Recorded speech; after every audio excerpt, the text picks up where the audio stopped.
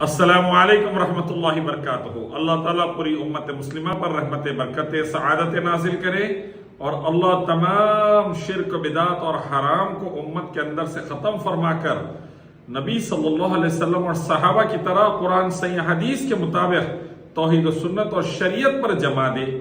ایمان والی زندگی، ایمان والی موت صحابہ کی طرح نصیب فرمائے اور اللہ مغفرت کے ساتھ جنت الفردوس نصیب فرمائے۔ خلیل الرحمن سجاد نعمانی صاحب کا ایک آڈیو وائرل ہو رہا ہے جس میں جمعیت اہل حدیث پر بے شمار الزامات انہوں نے لگائے ہیں۔ سعودی گورنمنٹ اور آل سعود پر بھی کئی الزامات لگائے ہیں۔ اہم الزامات کا میں جواب دے دیتا ہوں۔ پہلی بات کہ اہل حدیث کون؟ اللہ ہی کے کلام قرآن، نبی صلی اللہ علیہ وسلم کے صحیح احادیث کو صحابہ اکرام کی طرح سمجھ کر عمل کرنے والے اہل حدیث، توحید و سنت اور شریعت کی زندگی گزارنے والے اہل حدیث، شرک و بدعت اور حرام کو ختم کرنے والے اہل حدیث، اللہ ہی کی عبادت کی دعوت دینے والے، نبی صلی اللہ علیہ وسلم کی سنت کی طرف بلانے والے اہل حدیث، صحابہ اکرام کی طرح نبی صلی اللہ علیہ وسلم کی سنتوں کو زندہ کر آگے پہنچانے والے اہل حدیث، ہر معاملے میں قرآن حدیث اور صحابہ کو دیکھنے والے، اللہ کا حکم کیا، نبی صلی اللہ علیہ وسلم کا حکم کیا، صحابہ کا طریقہ کیا، ہر معاملے میں یہ چیک کر اس پر عمل کر کے پھیلانے والے اہل حدیث۔ اہل حدیث ائمہ اکرام، ابو حنیفہ رحمۃ اللہ علیہ، امام شافعی، امام مالک، امام حنبل رحمۃ اللہ علیہ، امام بخاری، امام مسلم، امام ترمذی، ابو داود، امام مالک، امام حنبل رحمۃ اللہ علیہ اور امام ابن تیمیہ، ابن قیم، تمام ائمہ اہل حدیث، حدیث کو سر آنکھوں پر رکھنے والے۔ فَإِنَّ خَيْرَ الْحَدِيثِ كِتَابُ اللَّهِ وَخَيْرَ الْهَدْيِ هَدْيُ مُحَمَّدٍ صلی اللہ علیہ وسلم، کہ اللہ کے کلام قرآن کو اور نبی صلی اللہ علیہ وسلم کے طریقے سنت کو حدیثوں سے لے کر سر آنکھوں پر رکھ کر اس پر عمل کرنے والے اہل حدیث۔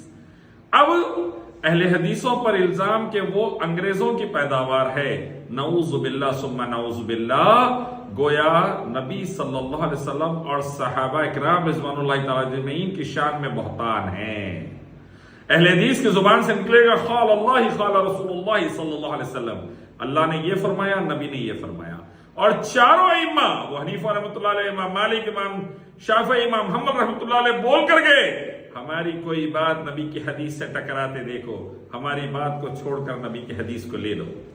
ابو حنیفہ رحمۃ اللہ علیہ، نعمان بن ثابت رحمۃ اللہ علیہ بول کر گئے کہ میرا مذہب وہی جو نبی صلی اللہ علیہ وسلم کی صحیح حدیث ہے۔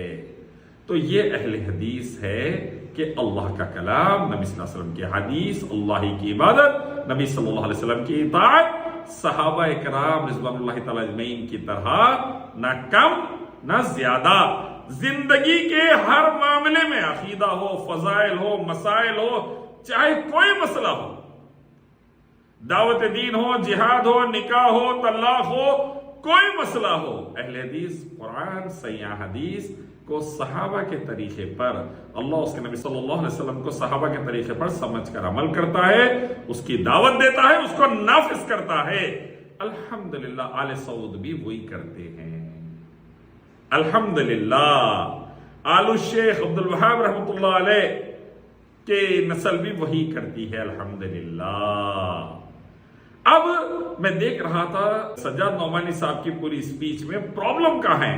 پرابلم ہے جو مسجد نبی صلی اللہ علیہ وسلم کے بازو بقیع قرقد کا قبرستان ہے، وہاں سے جو عبدالعزیز رحمۃ اللہ علیہ نے درگاہوں کو توڑا، گنبدوں کو توڑا، پکی قبروں کو توڑ کر کچی کر دیا، اس پر غصہ ہے۔ اور مکے میں حرم کے ساتھ ہی قریب میں جو معلّہ کا قبرستان ہے، وہاں پر جو گنبدوں کو توڑا، قبروں کو پکی توڑا، اس پر غصہ ہے سجاد نعمانی صاحب کو۔ تو سن لیجئے، ہندوستان، پاکستان، بنگلہ دیش، بر صغیر کے مسلمان برباد ہوئے شرک و بدعت کی وجہ سے، ترکی، ایران، عراق کے مسلمان برباد ہو رہے ہیں شرک و بدعت کی وجہ سے۔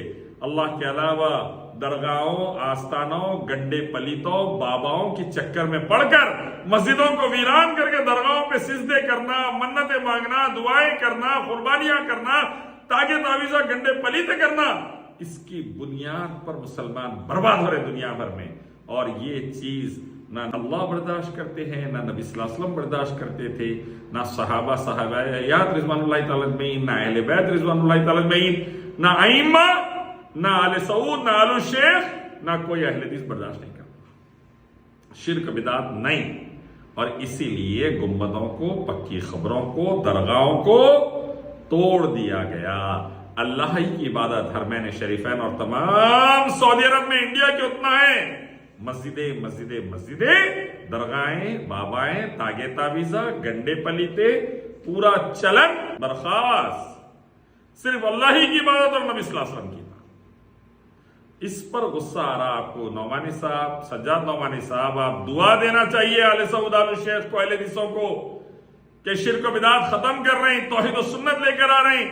بدترین کائنات کا گناہ اللہ کے ساتھ دوسروں کو شریک ٹھہرانا اور نبی صلی اللہ علیہ وسلم کی سنت میں بدعت کرنا. ہندوستان برباد ہو رہا، پاکستان، بنگلہ دیش برباد اسی لیے، شرک و بدعت کی وجہ سے. آپ اس پر اہل حدیثوں کی تعریف کرنے کا ان کو نشانہ بنا رہے. آپ بول رہے بڑے بڑے دیوبند کے علماء گئے تھے، جا کر تقریریں کر کے گنبد خضرا کو نہیں توڑنے دیے.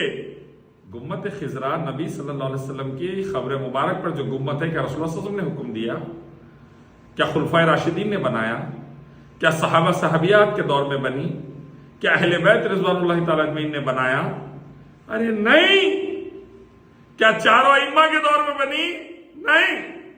حال میں ترکی کے لوگوں نے بدعتیں کر کے بنا دیا. اللہ کے رسول نے تو حضرت علی رضی اللہ عنہ کو حکم دیا تھا، فتح مکہ دیکھ کے دن پکی خبریں جہاں دیکھو توڑ دو جا کے، اور کچی ایک بالش کی خبر کر دو. یہ ہے رسول اللہ صلی اللہ علیہ وسلم کا مذہب، صحابہ کا مذہب، اور یہی مذہب ہے اہل حدیث کا. الحمدللہ. اور رہیں گا مرتے دم تک انشاءاللہ.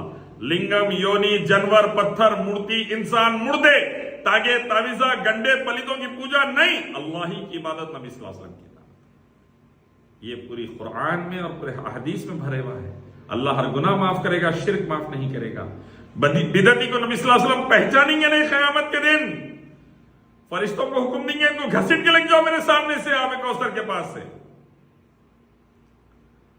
اور آپ اور ایک چیز جو کہہ رہے تھے کہ بعض الیاس رحمۃ اللہ علیہ یا گنگوئی رحمۃ اللہ علیہ یا زکریا رحمۃ اللہ علیہ پر تنقید کی گئی. جو کتابیں لکھی گئی ہیں ان بزرگوار کی طرف سے، اگر قرآن صحیح حدیث کے خلاف اس میں کچھ رہے گا، جیسے فضائل اعمال، کئی چیزیں قرآن صحیح حدیث کے خلاف ہے، اس میں رہے گا تو برابر تنقید کی جائے گی.